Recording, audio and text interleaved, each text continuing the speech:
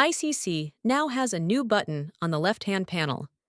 Click it to open a menu with your custom points of interest and line features, such as vessel tracks or an ice edge you've picked. Inside that menu, choose Add Point of Interest. Click on the map to place the point. You can fine-tune its coordinates later if needed. For this example, we'll mark where the trawler Northguider ran aground in 2018. You can also add points directly on the map via a right click. For instance, an interesting landing site.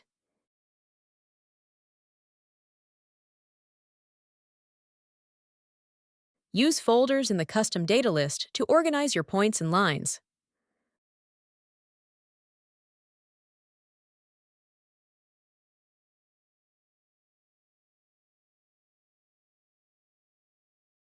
When you switch hemispheres, from the Arctic to the Antarctic, your custom data list switches too.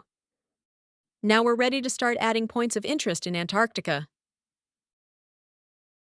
Here, we'll add the Endurance Wreck site in the Weddell Sea.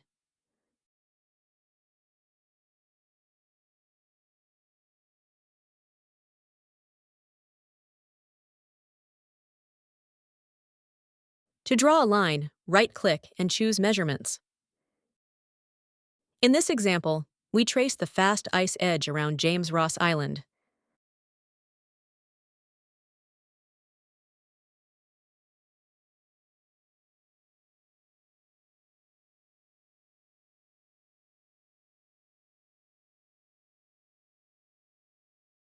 When you return to the Arctic view, all previously saved Arctic points reappear.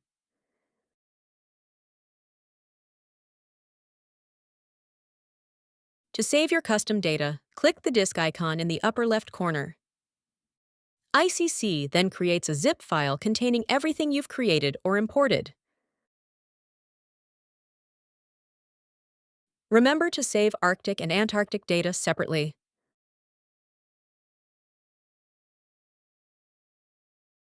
When you close and reopen IcySea, all your custom points and lines stay intact. However, if you reinstall the app or open it on a different device, the custom items won't appear. To bring them back, just drag the unzipped export files into IcySea, and your data will be restored within seconds. I'll simulate a fresh IcySea install by deleting all local site data and logging back in with my token.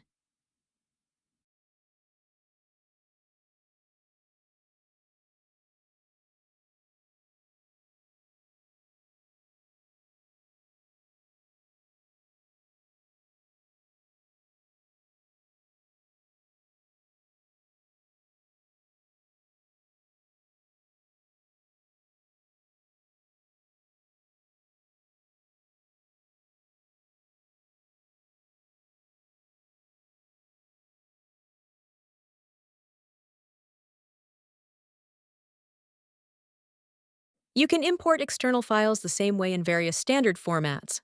That's perfect for loading navigation waypoints or planned CTD stations for oceanographic surveys.